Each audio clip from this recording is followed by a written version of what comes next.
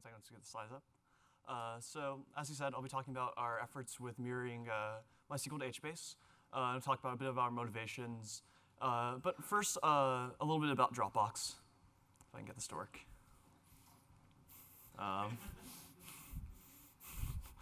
The clicker. Oh, there we go. Sorry about that. So yeah, a bit about Dropbox. So these days we have more than 200 million users. We're syncing a billion files per day, so that's a massive scaling issue with our file system representations, which is, as he said, a system I work on, and actually a system that's the heart of what I'll be working on, or of what I'll be talking about today. And Dropbox is more than just files. So these days we're also kind of expanding into other ventures. We want to be able to be a place where you put data you care about. So think things like the photos you take every day. We want your data to be more accessible from all the applications you use. We want it to be easier for people to develop applications that can access your data for you to do things that you want to do. And so Dropbox is growing pretty fast. So back in 2010, we had 100 million users. That was about this time of the year last year. And like I said, now we have 200 million. It's doubling in a year. At this rate, we should have about 10 billion users in a couple of years. Good for business. So with that kind of growth, we have some obvious issues with scaling out our file systems. So I'll talk a bit about how Dropbox uses MySQL. And one notable instance of that is our file system. So a while ago, this is kind of what our system looked like. We had some clients and like a couple of MySQL servers, and we just had this row representation of our file system data. But of course, we now have a lot more servers, a lot more clients. And how do we keep up? So we have, as I said, thousands of MySQL servers. They hold petabytes of storage capacity. And that's mostly just for the file system representation. So at this point, if we can reduce the amount that we're storing in MySQL because our MySQL servers are expensive, it's a good win for us. So let's talk a bit about data archiving. So the idea of data archiving is pretty simple. You have some service, and that service usually has some storage. We'll call it a primary store. It's expensive. Something like MySQL on solid-state drives is common these days. And so your application's talking to your primary store. That's pretty good. But we want to cut costs, so we'll add in some secondary store. And secondary store is some cheap storage, think spinning disks. But then we have a problem. How do we get our data to that secondary store? Another problem is how do you have your services talk to both the primary store and the secondary store in such a way that the application feels smooth. And so I'll be addressing the first problem here, like how do we get the data from the primary store to the secondary store? The other part's left as an exercise. It's pre-application dependent. So first of all, why would you want to have an alternative to MySQL for your storage? So MySQL has its benefits, right? It's really fast for querying if you know the query patterns you're going to want, because you can set up indices for it. And it's got really good read throughput. However, it's not great for if you're trying to do tons of writes and building all these extra indices. And for that, we might want something like HBase. Additionally, with HBase, you get things like being able to use a very large suite of pre-existing tools. You can use systems like Hive. You can use all the MapReduce tools out there. And so you can do all kinds of very large processing tasks on top of it. So that's some of the nice things we'll be looking at. But why do we want to do data archiving? So for Dropbox, a big reason is cost. It's 25 times cheaper, or it's 1/25th of the cost to use spinning disks than solid state for us. So when you're dealing with thousands of MySQL servers, that's not bad. Additionally, in terms of data center space, it's about a quarter of the density to use spinning disks. So next, let's kind of talk about how do we want to do this data archival. Dropbox's solution to this is a system we call Archivist. In this system, we have our familiar MySQL master or one master with a bunch of slaves set up. This will be our primary store in the system. And as I said before, we're going to look at using HBase for secondary store. But this kind of leads to the question of okay, how are we finally going to get this data across? So we could kind of do something naive. We could look at, say, just having something pull the data from MySQL, dump it over to HBase, and it'll take some time. But how do you, this has an awkward issue of like your data is not necessarily up to date. How do you get new changes from the application to HBase? You can have like hooks into your application, but that's every time that you want to do that, you've got to send your data over. This kind of leads to lots of complexity in the application side. So the goal of Archivist is to kind of hide all this replication from the application itself and do it in the background. So the trick to doing this is actually on the slides already. So MySQL has to replicate its changes to its slaves somehow. And so that's the MySQL binary logs. So the binary logs are used for like used for its replication protocol. In particular, I'll be focusing on row-based binary logs. Not everyone runs their replication using row-based. There's also statement-based. Row-based is less efficient, but it contains a nice wealth of data, which allows you to kind of pull off what Archivist is trying. So it basically is the binary log itself is a stream of events. It's got a bunch of events in it, but the ones that are relevant for this right now are all the row modifications. So you've got your inserts, your deletes, and your updates. And every modification includes every column, or includes the values for every column, both the old value and the new value, even columns that weren't changed. So this is a wealth of information for verifying what you're currently storing in your secondary store and for getting any new changes in there. And then the other important event is a rotation event, which is really just a thing that says, okay, the binary log is no longer continuous at this point. Look over here. And these are just ways of MySQL. This is just a way MySQL handles kind of the fact that you don't want to have gigabytes and gigabytes of binary logs in a single file.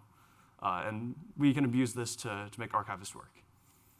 So Archivist is sitting in the middle.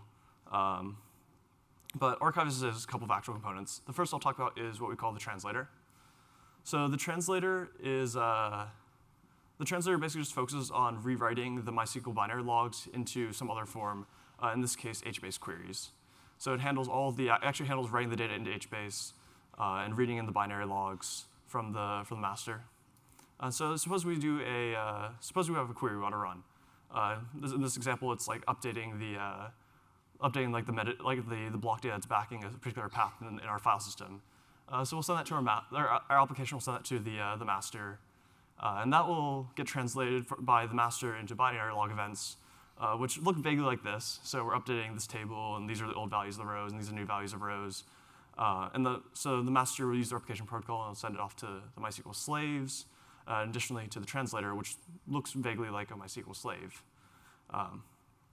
And then the translator will basically use the rules we've given it. So currently, our implementation of the translator does this all manually. It has a programmer-defined mapping for each table of how the rows map to HBase columns, or the MySQL columns map to HBase columns. But you could theoretically do this automatically. It wouldn't be too tricky. And so once the translator gets a hold of the bin log, it rewrites into something that looks like an HBase mutation. It sends it off to HBase. Right now, we just do this over the HBase thrift protocol. And your data is now replicated to HBase. So this actually happens in practically real time. You can get down to like some millisecond latencies on a local network. Basically, you're basically just constrained by your MySQL replication time and your HBase write time. So from there, this is a kind of a solid system, except in an actual production environment where things go wrong. So MySQL masters, they fail sometimes, right? Like every once in a while, you have to go through failover. And this is kind of an issue. So if you're using the binary logs and you did failover, the host your logs are on is now changed. The indices into the logs are now completely different. And so the translator now has to be aware of where the current master is, where are the positions, and how far did the old master get? Did you miss data because of the failure, or even maybe an intentional promotion? So you need to be able to have ways of verifying that. And this kind of makes this is going to make the translator get really complicated. We opted instead of putting this complexity into the translator, into building a separate application, which we call ContBin. ContBin is the continuous bin log system. So basically, the idea is the continuous bin log system will abstract away all the failover from the translator. It basically looks it'll look like a MySQL slave in some ways, and it will basically try to avoid the translator having to be aware of where the actual master database is located. And the way it achieves this is it has to rewrite the binary logs. It does this. It has a couple of concerns when it's rewriting them. You have to kind of focus on, or for simplicity, we shot to focus on maintaining event offsets. So within these binary logs, every event has a binary location within the file. If you mess up the offsets, you have to rewrite a lot of stuff, and you now have a lot of correctness risks. So if you can maintain the offsets, data verification is just chop off the header, chop off the footer, do the files match, which is really convenient, saves us a lot of time. And so we end up opting for that approach. But to do this, you do have to rewrite a little bit, and that's where the rotation events I mentioned before come in. So rotation events happen at the tail of every binary log file. You need to modify them if you're rewriting the file if you're writing the binary log names. You need to ignore them sometimes. MySQL sends fake events. This is completely undocumented. You actually have to dig through the source if you actually want to find out when it does this. I tried contributing some documentation to their developer site that explains when they happen. So hopefully it's a little less mysterious than it used to be.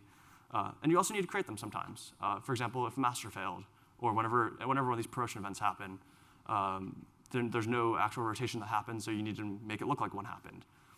So that's where a lot of the trickiness for continuous bin log comes in. And so its other roles, like I said, it needs to imitate a MySQL slave. And what does that mean exactly? So it needs to be able to communicate with the master using the binary log network protocol. That's because that's the only way the master knows how to send logs over. And it also accepts some basic SQL commands. So we have it understand show slave status, change master, stop slave, start slave, and a few basic status select queries. But these commands are enough to make it look like a MySQL slave for the purposes of all of our database promotion infrastructure. So all we have to do is be able to track that this thing isn't suitable to be an actual master because it's not backed by actual data. But we can use the rest of with very little modification, we can use the rest of our infrastructure for it. It additionally imitates a MySQL slave because it's convenient if all the applications can just treat it as a single, easy to parse library or easy to parse system. There's lots of libraries out there for parsing the MySQL binary logs. We could have also opted to instead rewrite this into our own serialization, but it was just convenient to leave it as binary logs. It basically just all it needs to do is speak the actual network protocol, which is essentially just streaming the log events, and it streams down the rewritten version of the logs. Additionally, we did this because it's reusable. So so not only is this good for the translator, we could potentially use this continuous bin log system for a bunch of other things. One thing we thought of maybe doing is using it for memcache validation. So with some basic rules for saying I've got an update to this row from this one table, and I know all the columns from the row. So if I have a memcache entry that's keyed by one of the column values, I can now say invalidate that entry in the cache, and now your cache invalidations happen outside of the application logic with a little bit of latency, or with a small amount of latency. So if you have hard consistency guarantees, it's not quite suitable, which is the primary reason we haven't looked at doing it ourselves. But for some use cases, it could be quite interesting to do that. And one thing we have done with the system is use it for splitting MySQL databases. So if you're already willing to do bin log rewriting, you can easily use rewriting to achieve database splitting. And the benefit of the continuous bin log system is you can keep all the logic of having to handle a database promotion during your split out of that, and then your resharting code is actually just a remapping, and so it keeps the code very, very simple. And then an additional application that we've considered is actually using this for incremental backups.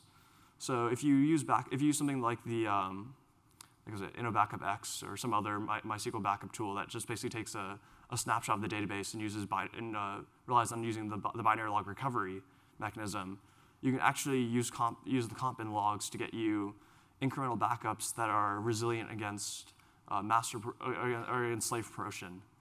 So you can now just have a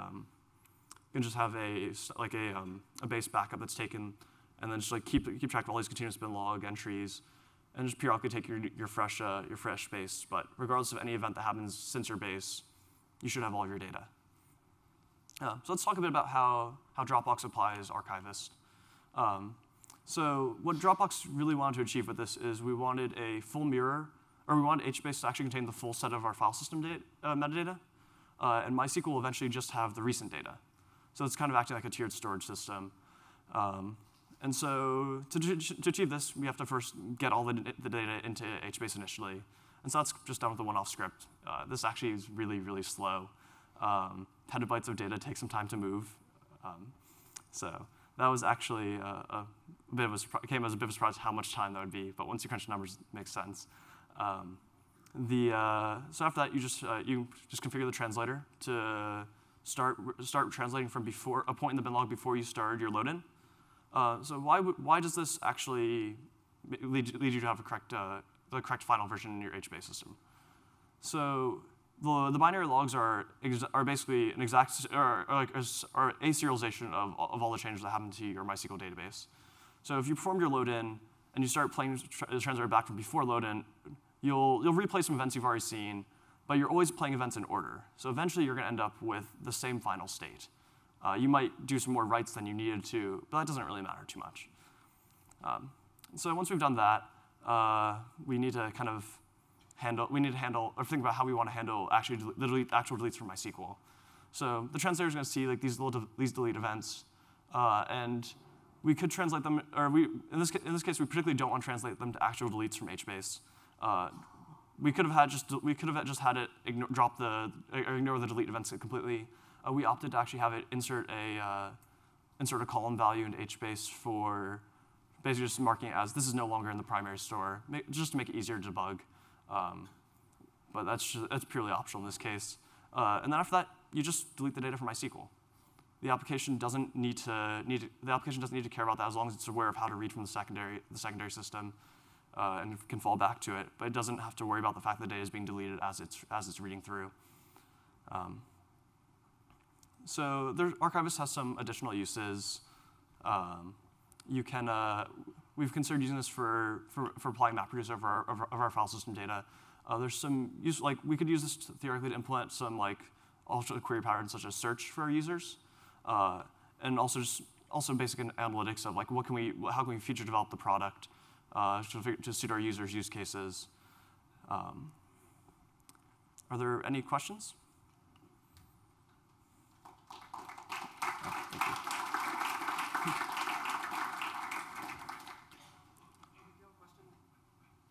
If you have a question, just raise your hand and one of the mic runners will find you.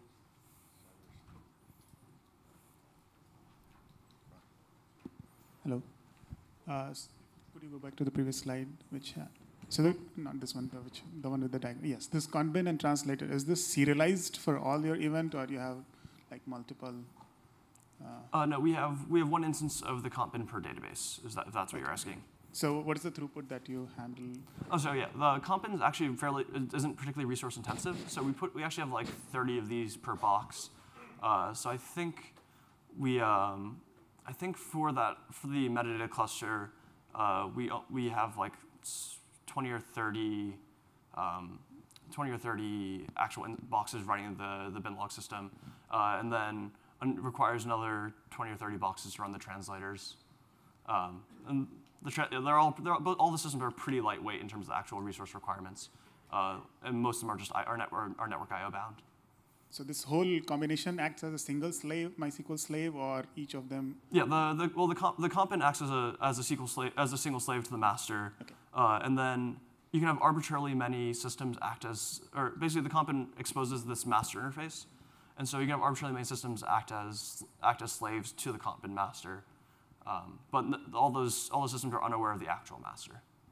Thank you. Yeah, no problem.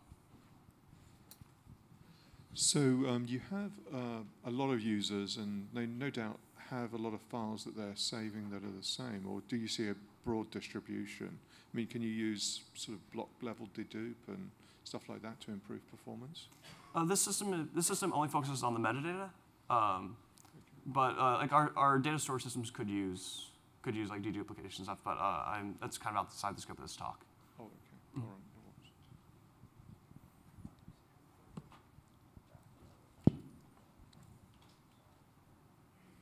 Thank you. You mentioned that you have a 25-to-1 storage efficiency on the spinning disk nodes. Were you able to realize that, or do the working sets that you're worried about keeping in faster storage, are you going to end up in a cache thrashing situation by putting stuff into the slower, cheaper storage? So for now, a lot of the stuff we're focusing on is actually moving data that's basically going to use like a revision history stuff. In the future, we might also start moving live entries, but the revision history stuff itself is massive because revisions outnumber, or unused revisions outnumber active revisions. Yes. What's your process like when you migrate from MySQL schema to some major changes in MySQL schema? You replicate the same changes to HBase or rewrite the whole set of data? Yeah, so you can do this in several ways. You could have to rewrite the full all of your HBase data. Alternatively, the fact that if it's just something like just like addition of a new column, HBase will smoothly handle the fact that's not there, and you can just assume that if the column's not there, it has some default value. Because if you do write some non-default value in, you'll get the update event, and so you'll be able to you can automatically add it in as long as the translator is aware of the new column.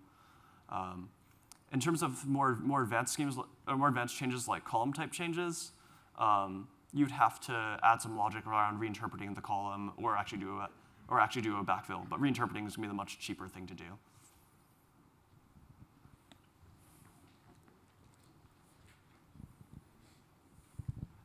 So you stated right now that you're not actually deleting the data out HBase. What's your strategy for the future to make sure that you can kind of contain the growth of that system over time? So at the moment, we haven't considered too much around that, mostly because anything is absolutely better than that growth being in my SQL storage. And the growth rate is not so massive that we're running at a cost deficit on it. The biggest cost is our block data storage, right? This is completely dwarfed by our block data. So we're not too worried about that.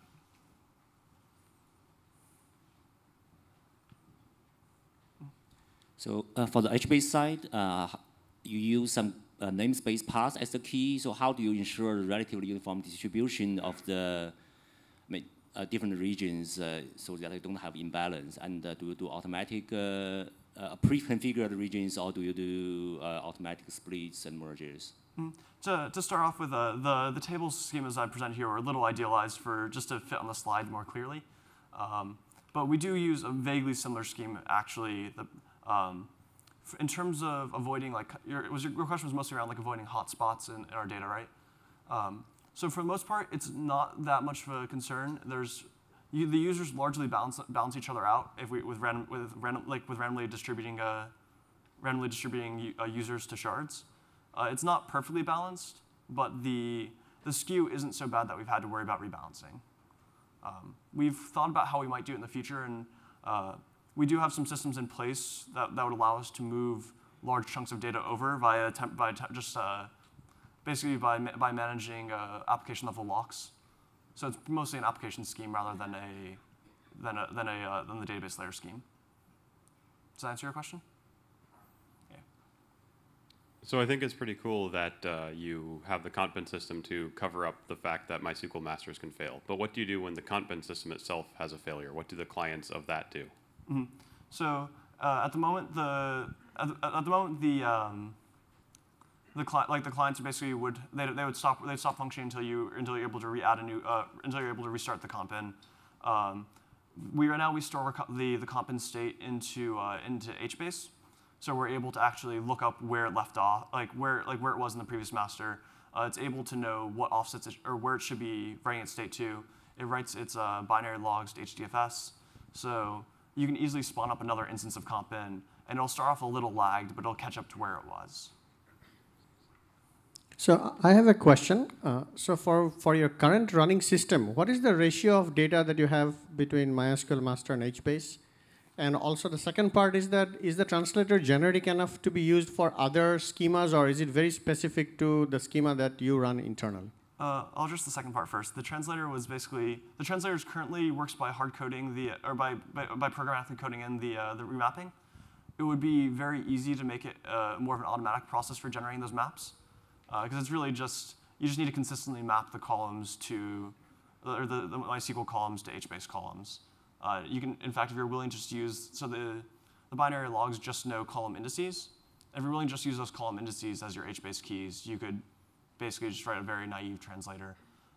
You won't get as good of data compression if you do a naive translator, because the MySQL log entries are not too, are pretty, they don't apply any kind of compression or like they're not aware of the actual context where you might be. So in this case, that's why we opted to do our own manual translation. And can you repeat what your first part of the question was? Sorry. Yeah, the first question was, since you are continuously moving data from MySQL to HBase, can you give us a perspective on like what are the ratios, current ratios that you have to give us an idea about how your system is working as of now? So we're still towards the beginning of the actual deletion.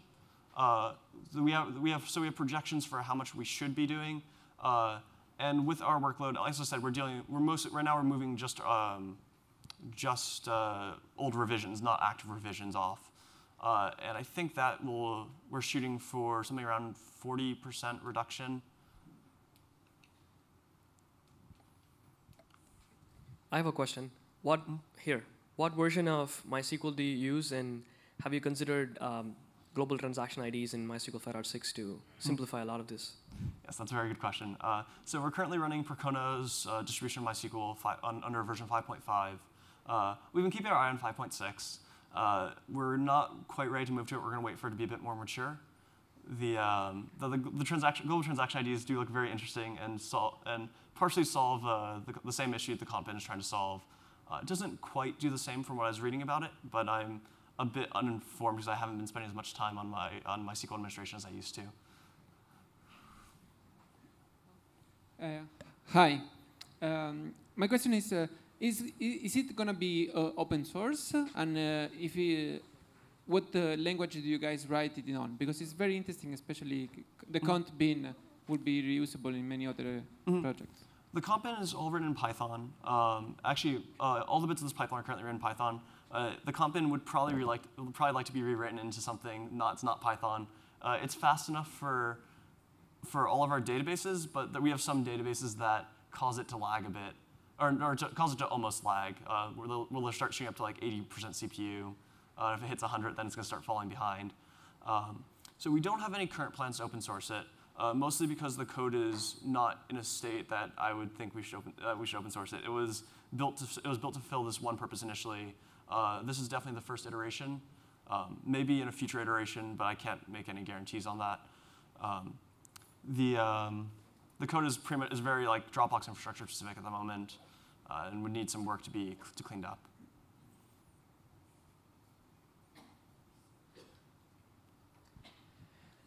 All right, let's thank the speaker.